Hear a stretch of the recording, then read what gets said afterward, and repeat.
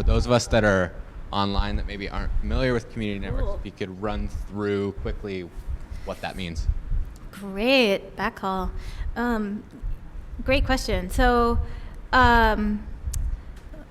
the networks that we're building, they are pretty small. They're about like a downtown, like a neighborhood business district size. They're sort of like Wi-Fi corridors. And so what happens is, it's fairly easy to put routers up on rooftops and create an intranet, meaning not an internet, but an intranet, where you have connectivity among those pieces of equipment, those routers that are on the rooftops, those radios. And you can also have a local server and host content on a server, and you can communicate within that space or that area.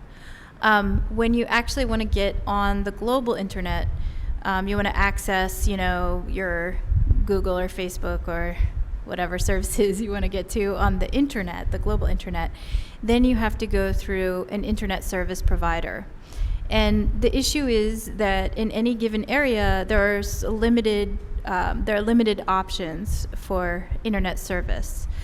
And oftentimes, let's say you're like, I really can't stand X telecom company, and I'm not going to mention any because why.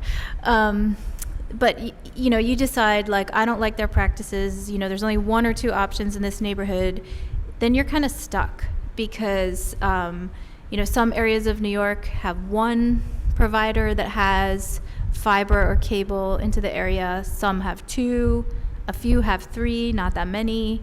And so getting from your neighborhood community network out to the internet is a trick.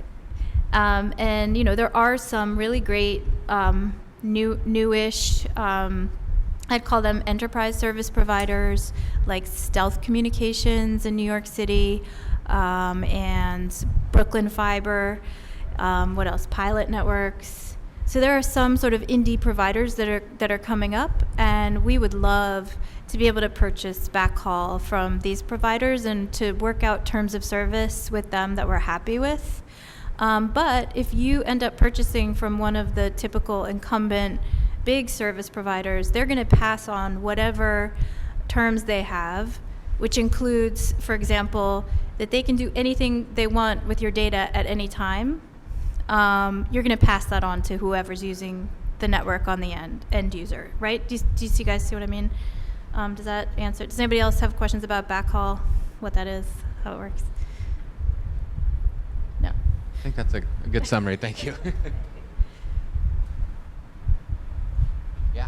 So next up, we have Bruce Lincoln, co-founder of Silicon Harlem.